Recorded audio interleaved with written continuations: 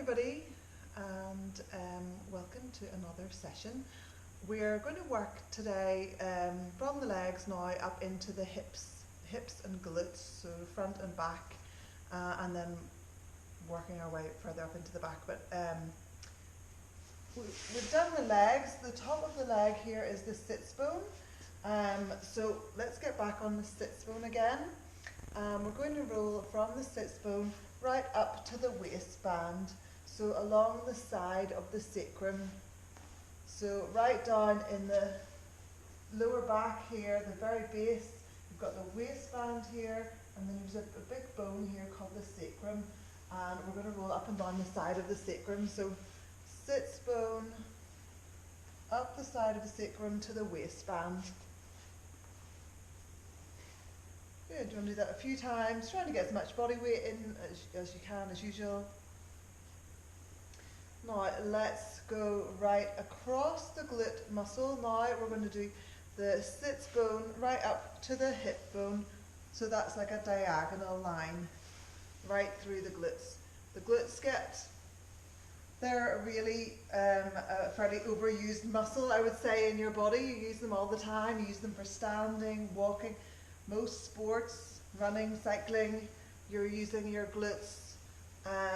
A lot of the time, if you get lower back pain, as a massage therapist, I'd be working on trying to get them to release their hamstrings and their glutes. Whenever the hamstrings and then the glutes are tight, it pulls on the muscles on the lower back. So there's no point just trying to loosen up the lower back muscles when it's usually the muscles below which are causing the problem. So anyway, few nice diagonal lines, then sort of stop halfway in the middle and then just do some big circles. So rolling out the glutes, circling around. Usually when I'm teaching this in a class is when people you can see them fading out, because all of a sudden you start to find areas which are quite tight. You're like, oh, I didn't realize that was so tight. So you can stop on those tight spots and just try and apply more weight. You can actually even lift the feet off the floor if you want. Get more weight into each of those spots. Big circles. Just take your time working through the whole of the glute.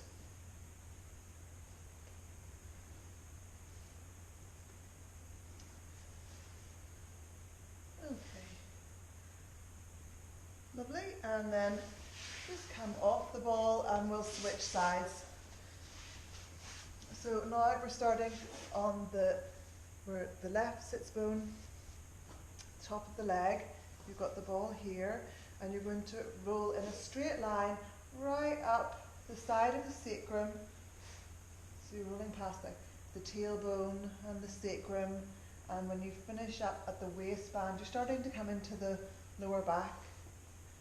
So you're sort of working your way from the top of the leg right through the glutes into the lower back. Good. One side might be tighter than the other quite often. And then diagonal line from the sits bone right over to the hip bone. So you're sort of twisting on your side, sits bone, rolling through up to the hip bone, top of the hip bone. Couple more of those.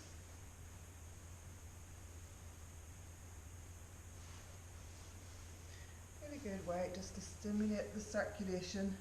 Stop about halfway and then just do some big circles.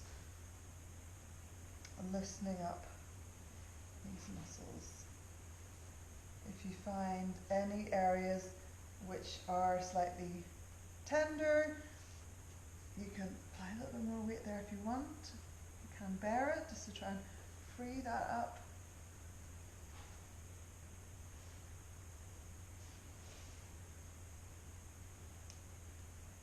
Good. Sort of working through the glutes from all directions.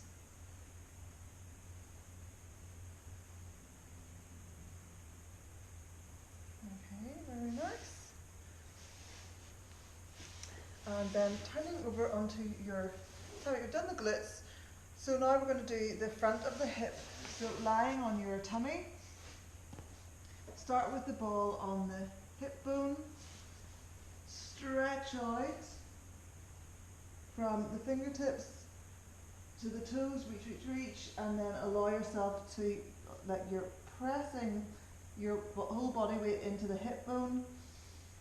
Breathe here. As you breathe, try to let the whole body relax. Breathe in, feel the tummy expand. Breathe out, feel the tummy contract.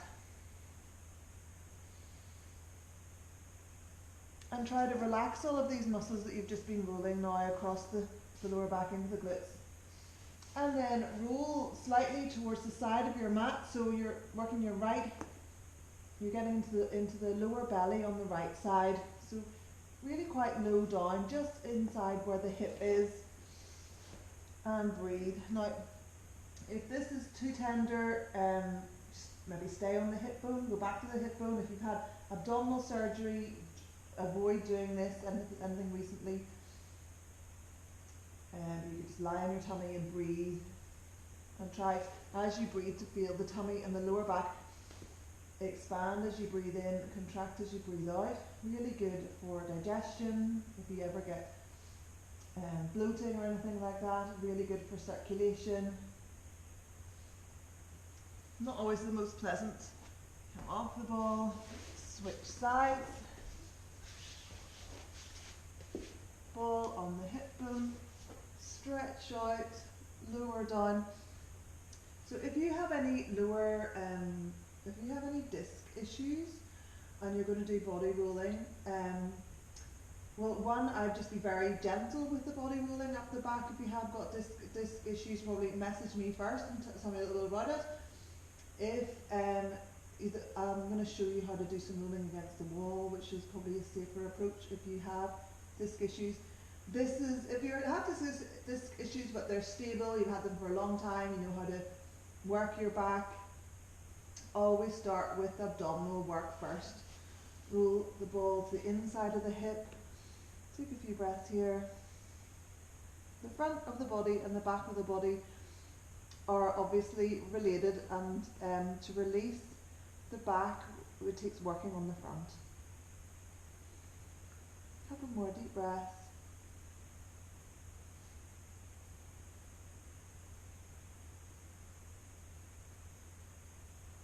Good, and then relax and you can come off the ball. It's a great way to work on your glutes into the hips, front and the back.